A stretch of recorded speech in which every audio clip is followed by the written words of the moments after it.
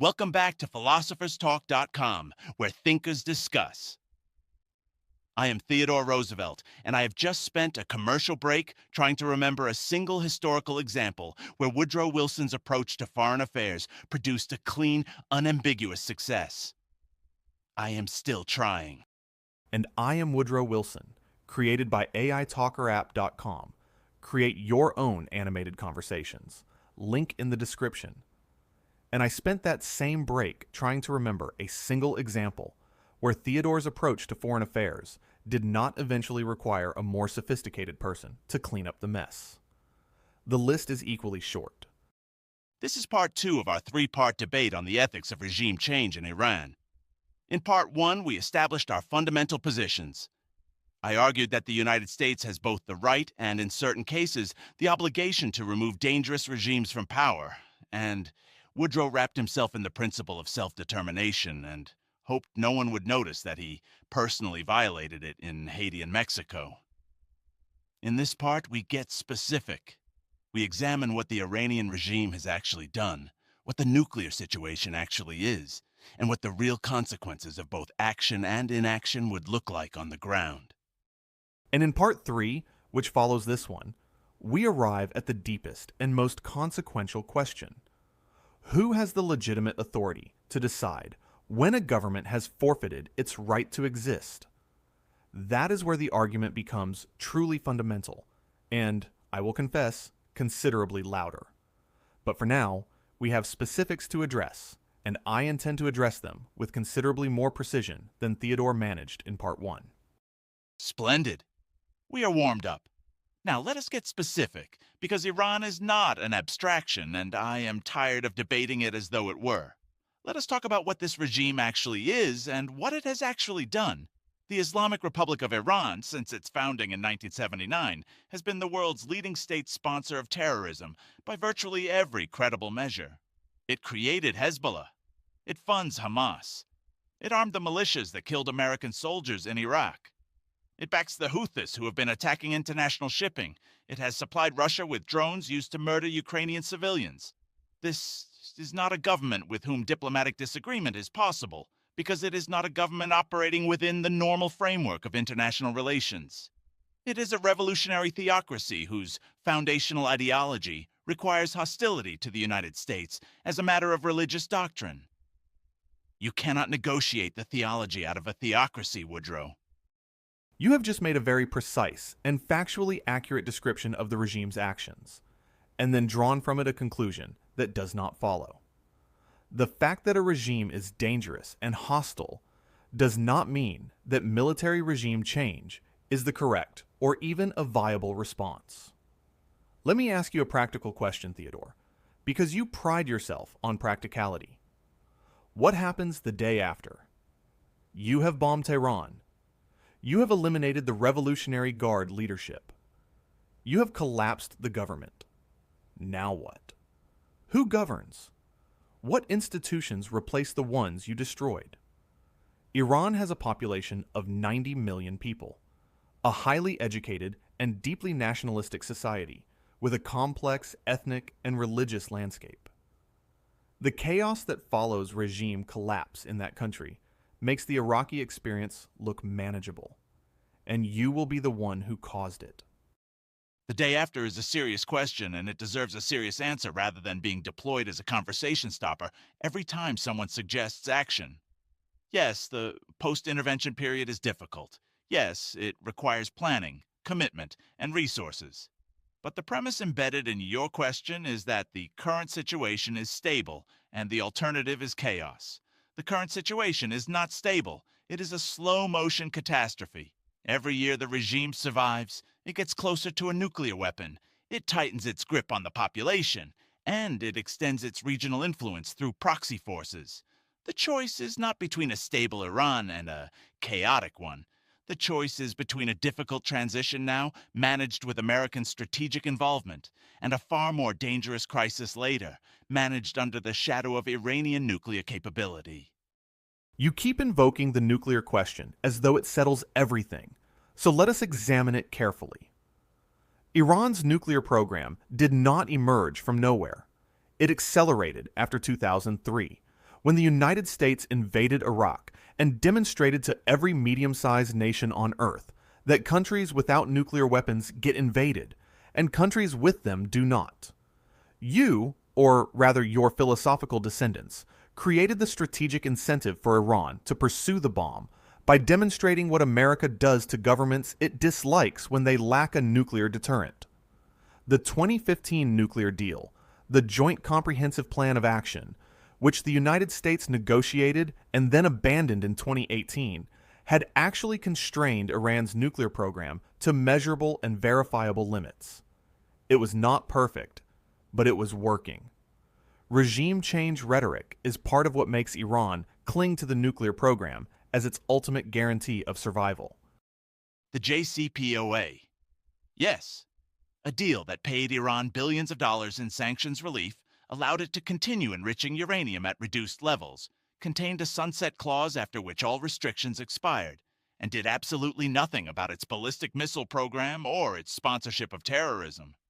It was a deal that required one side to give up money and sanctions pressure immediately in exchange for the other side's promise to slow down its nuclear program temporarily. I have negotiated with tough customers before, Woodrow.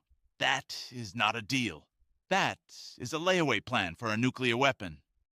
And the alternative you offered, which was to walk away from the deal, reimpose sanctions, and hope the regime collapsed under economic pressure, produced an Iran that went from 1% enriched uranium under the deal to 60% enriched uranium today, which is a hair's breadth from weapons grade. So your policy of maximum pressure made the nuclear situation dramatically worse while the regime survived anyway, because authoritarian governments are remarkably good at making their populations bear the cost of sanctions while the leadership remains comfortable. Your approach managed to fail simultaneously on the humanitarian and the strategic dimensions. That takes a special kind of effort. I will grant that maximum pressure without a coherent end-state strategy was poorly executed. I grant that freely. But the answer to a poorly executed pressure campaign is not to return to a diplomacy framework that the regime itself never fully honored, and that left the fundamental problem, which is a hostile revolutionary government with nuclear ambitions, entirely unaddressed. You are arguing for a return to a deal that the other side violated in spirit, if not always in letter, as the solution to the fact that we left the deal. That is circular reasoning dressed up as statesmanship. And now, let me steelman your position on the nuclear question specifically, because it is your strongest ground, and you deserve to have it represented honestly, before I explain why it still leads you to the wrong conclusion. I am doing this, I want to be clear, not out of any warmth toward your argument, but because a man who claims to think rigorously should be willing to contend with the best version of his opponent's case, rather than the most convenient one. What noble condescension. Please continue. The strongest version of Theodore's nuclear argument goes like this. A nuclear-armed Iran would be categorically different from a non-nuclear Iran in ways that make all current calculations obsolete. It would not merely deter American military action against itself. It would give Iran's proxy forces a nuclear umbrella under which they could operate with dramatically increased boldness, knowing that escalation is capped by mutual deterrence. It would trigger a regional proliferation cascade, with Saudi Arabia, Turkey, and Egypt all likely pursuing their own nuclear capabilities, producing a multipolar nuclear Middle East that would be exponentially more dangerous than the current situation. And unlike the Soviet Union during the Cold War, the Iranian regime's ideology includes an apocalyptic religious dimension that cannot be counted on to produce the rational deterrence calculations that kept the Cold War cold. Therefore, Theodore's argument runs. Preventing a nuclear Iran is not merely an American strategic preference, but a genuine civilizational interest that may justify extraordinary measures, including, ultimately, regime change. That is the argument at its strongest, and I acknowledge it is not a trivial argument. Fairly done, and you managed to get through it without visibly wincing, which I appreciate. Now let me tell you why it still does not justify regime change as the operative conclusion. Everything in that argument is correct about the danger. None of it establishes that regime change is the right instrument for addressing that danger. The Iranian nuclear program is not housed in the regime's ideology. It is housed in hardened underground facilities at Natanz and Fordow. You can bomb those facilities, but you cannot bomb the knowledge out of the scientists who designed them, and you cannot bomb the political will out of a nation that has watched its neighbors get invaded. If you collapse the government, the successor government, whatever form it takes, still inherits the nuclear knowledge, the scientific infrastructure, and now the added nationalist grievance of having been subject to foreign-imposed regime change. You may have actually increased the motivation and decreased the restraints on pursuing nuclear weapons by destroying the regime. A post-revolutionary government under pressure to prove its nationalist credentials is not going to voluntarily dismantle the nuclear program. It is going to accelerate it. That assumes the successor government is hostile, which is not inevitable. The Iranian population is one of the most pro-Western in the Middle East. Surveys consistently show this. And a government that actually represented the Iranian people's preferences rather than the Revolutionary Guard's preferences might see its strategic interests very differently. The nuclear program is the regime's insurance policy, not the people's aspiration. And there is the fatal flaw in your thinking, Theodore. You are assuming that the government, which emerges from foreign-sponsored regime change, would be seen by the Iranian people as their government, freely chosen, representing their will. But it would not be. It would be the American government's government. And in that context, even Iranians who despise the current regime, and many do, many sincerely and bravely do, would face an impossible choice between accepting a foreign-installed government and resisting it on nationalist grounds. You would be handing the hardliners exactly the narrative they need to reconstitute their support. You cannot give people freedom as a gift delivered by the country that previously gave them the Shah. The wrapping paper poisons the contents. And so your answer is to wait, to talk, to apply measured pressure through multilateral frameworks and diplomatic engagement, while the centrifuges spin and the proxy forces kill and the regime executes young women for wearing their hair incorrectly. Your answer is patience and process.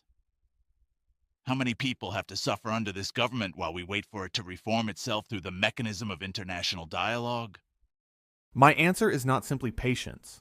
My answer is a comprehensive strategy that includes serious diplomacy backed by genuine economic leverage, real support for Iranian civil society, and the domestic opposition, not the kind of support that gets them labeled as foreign agents and imprisoned, but sophisticated, quiet support that helps them organize and communicate.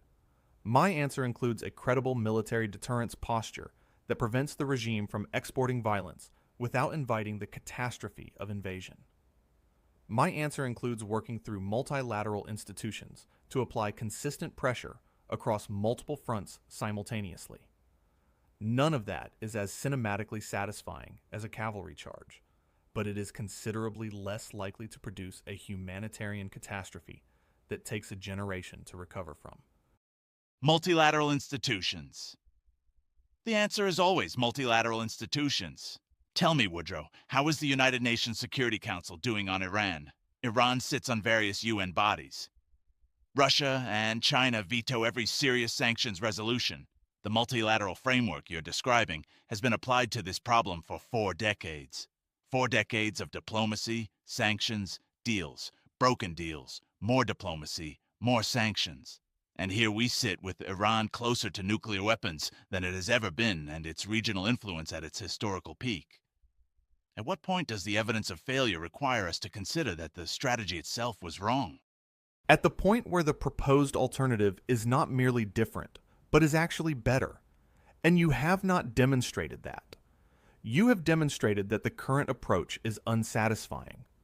You have not demonstrated that military regime change would produce a more stable, less nuclear, less hostile Iran. You have not demonstrated it because it has not been demonstrated. It is an act of faith dressed up as strategic logic. And Americans have paid too high a price for faith-based foreign policy ventures to sign up for another one without more compelling evidence. We will have more compelling evidence when the first Iranian nuclear test occurs, and it is too late to do anything about it. That is the problem with your approach. By the time the evidence of failure is undeniable, the cost of correction is catastrophic. Some decisions have to be made before the evidence is complete, because waiting for the evidence means waiting for the disaster. And some disasters are created by the people who could not wait for the evidence. I believe we have established our positions quite thoroughly, and I believe we both know where this is heading. Part 3, and I warn you, Woodrow, I have not yet begun to lose my temper. Neither have I, which should concern you considerably more than it apparently does.